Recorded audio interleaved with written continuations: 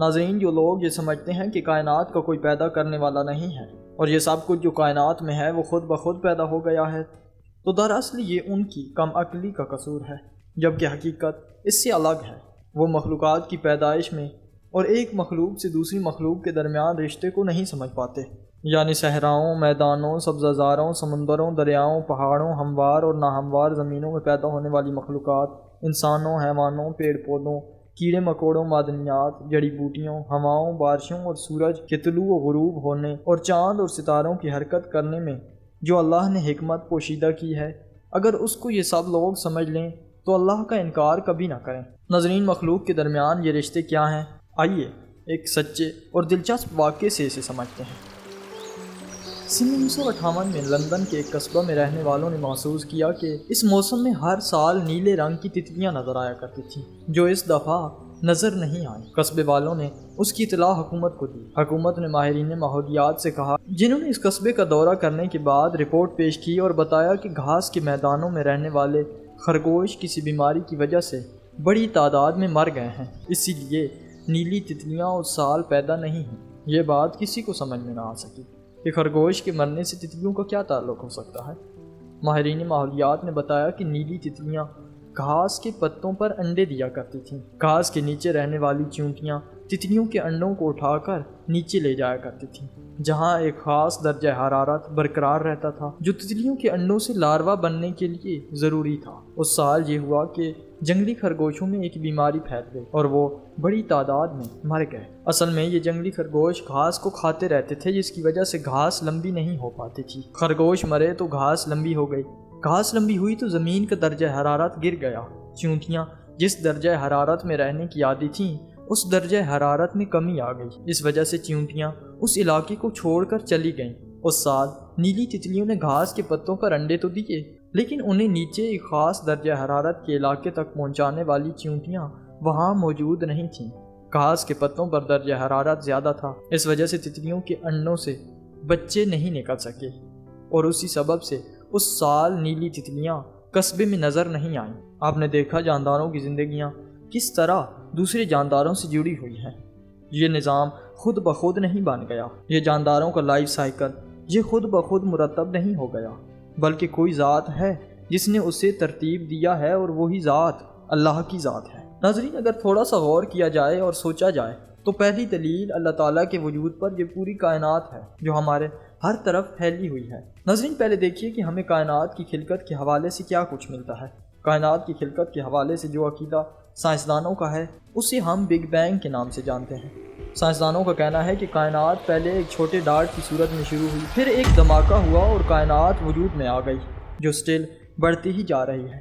ناظرین، سائنسدان اپنے تجربات اور تجزیات کی بنا پر یہ سب کچھ لکھتے اور کہتے تو ہیں، لیکن اس تھیوری کو بیان کرنے سے پہلے یہ لکھتے ہیں کہ The Big Bang Theory is our best guess about how the universe began، یعنی کائنات کی شروعات کے بارے میں بگ بینگ تھیوری ہمارا بہترین اندازہ ہے۔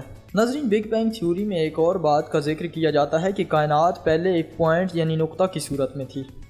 آئیے دیکھتے ہیں کہ اس عقیدے کے بارے میں قرآن کیا کہتا ہے۔ رسول معظم صلی اللہ علیہ وآلہ وسلم نے فرمایا ہے کہ اولم یر الذین کافروا ان السماوات والارض کانتا رتقا ففتقناہما، کہ کیا ان کافروں نے یہ نہیں دیکھا کہ آسمان اور زمین آپس میں باہم جڑے ہوئے تھے، پھر ہم نے ان کو جدا کیا۔ ناظرین، غور کریں کہ 1400 سال پہلے رسول معظم صلی اللہ علیہ وآلہ وسلم نے بنا کسی مشین کی مدد کے جو کچھ بتایا اور کہا وہ آج لفظ بلفظ سچ ہو رہا ہے، اور قرآن میں ڈھیروں ایسی مثالیں موجود ہیں جن کو آج سائنس ماننے پر مجبور ہے۔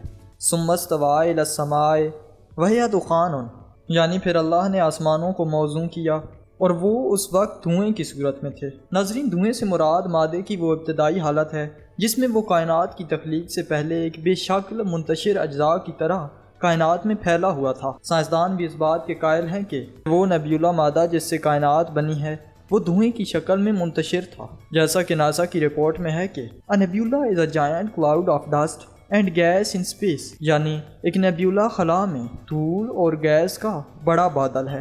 ناظرین، بگ بینگ کی تھیوری پر اگر تھوڑا سا غور کیا جائے تو یہ تھیوری بھی ایک خالق کا مطالبہ کرتی ہے، یعنی عقل اس بات کا تقاضا کرتی ہے اور مجبوراً ہمیں یہ ماننا پڑتا ہے کہ کوئی خالق ہے، کوئی ایسی ہستی ہے جس نے وہ دھماکہ کیا، کیونکہ نیچرلی دھماکے میں پیدا کرنے اور اشیاء کو بڑھانے کی صنعت یا خصوصیت نہیں ہوتی، بلکہ دھماکے کی طاقت یا خاصیت یہ ہے کہ وہ اشیاء کو ختم کر دیتا ہے۔ یعنی جب بھی دھماکہ ہوگا وہ اپنی اصل کو بھی ختم کر دیتا ہے اور اپنی آس پاس موجود اشیاء کو بھی ختم کر دیتا ہے۔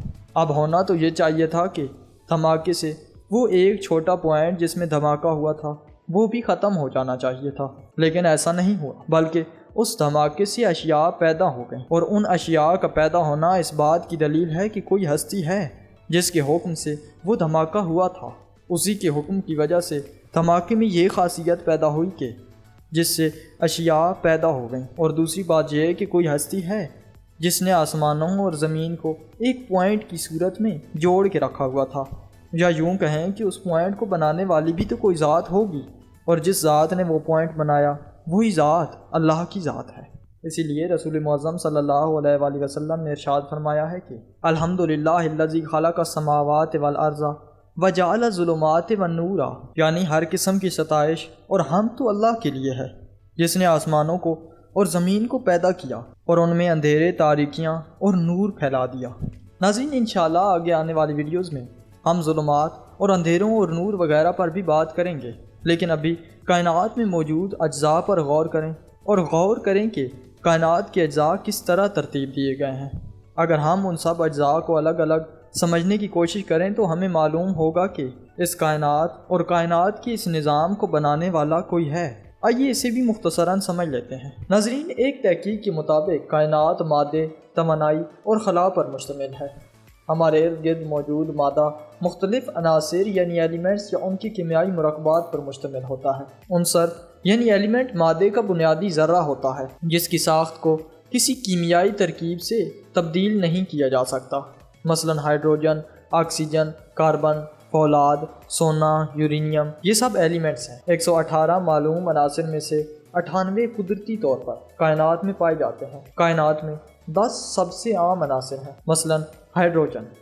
ہائیڈروجن ایک گیس ہے جو نظر آنے والی کائنات کا تقریباً 75% حصہ بناتی ہے۔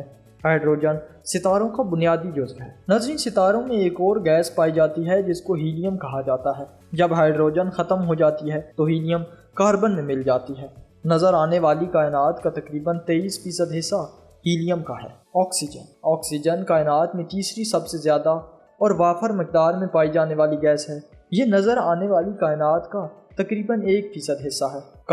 کاربن سٹارز، کومیٹس اور پلینٹس کے ایٹماسفیئر میں پایا جاتا ہے۔ اس کے بعد بھی یہ نظر آنے والی کائنات کی صرف ایک چھوٹی سی مقدار ہے جو تقریباً 0.5% ہے۔ نیون ایک بے حرکت گیس ہے جو نظر آنے والی کائنات کا تقریباً 0.13% حصہ بناتی ہے۔ یہ کاربن اور آکسیجن کے درمیان ایک ثالثی قدم کے طور پر پیدا ہوتا ہے۔ آئرن ایک بھاری دھات ہے۔